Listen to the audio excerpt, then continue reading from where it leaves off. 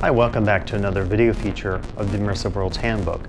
Today I'm using this focus on existential issues to develop an argument or consideration of the issue of control and interactivity that occurs in hotel rooms or really in any immersive space that we can imagine. And today I'm at the Aria in Las Vegas, and just behind me you see the Veer Towers. And certainly the Aria and City Center are renowned for a variety of reasons.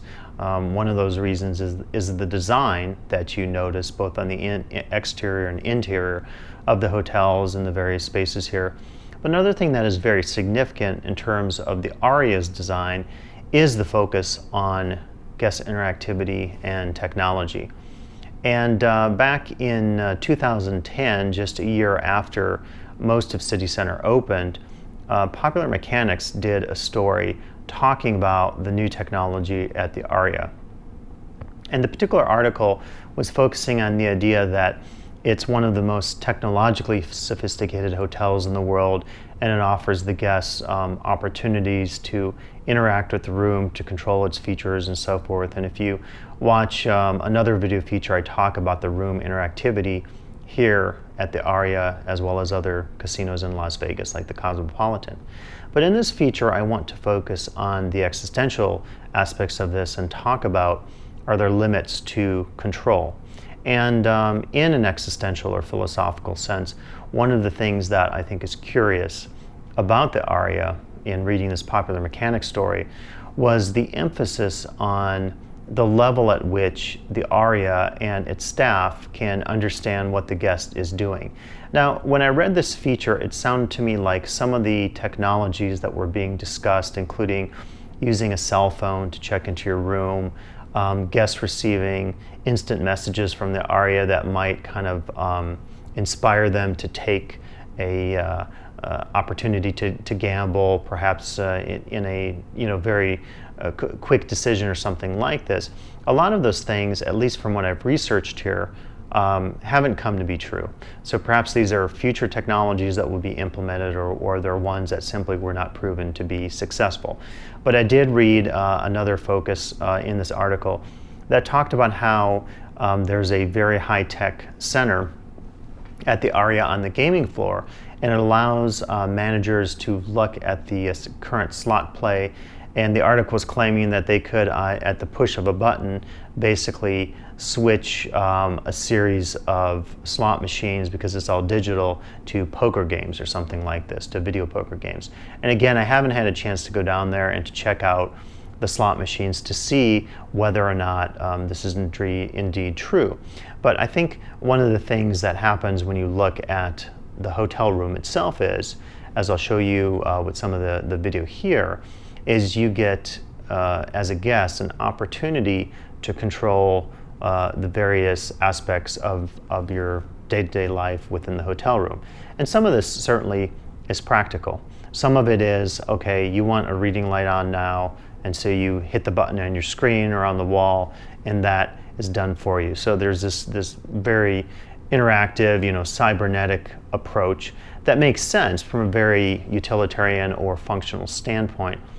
But I think in a philosophical sense, when we extend this to existentialism, we would ask questions like, what is control? What is the nature of control? What are limits of control?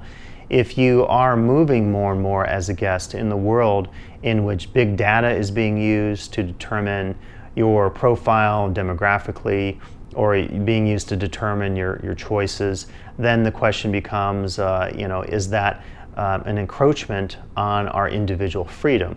Or is it conversely an opportunity, yes, to give the hotel some marketing direction in terms of how to better meet the guest's needs, and also it's an opportunity for the guest to have more control over his or her space when he or she visits it. And I think another thing that is interesting about this, and I was reading in the Popular Mechanics article, again, I'm not sure if this has come to be true, but it talked about this idea that in terms of the lighting control as an example, or the control of the shades here, looking out on the strip, that choices would be remembered since the room is personalized to you, and that if you came back a year later, basically it would remember your lighting choices and your choices of your curtain scenes and so forth. And so if that is true, if that is coming to be true, again, it suggests to us either one of two things.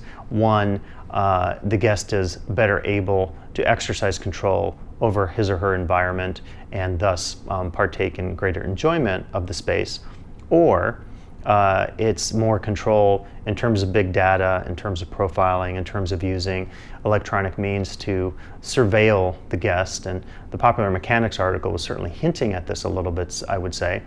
If that's the case, then the suggestion is the guest isn't in control.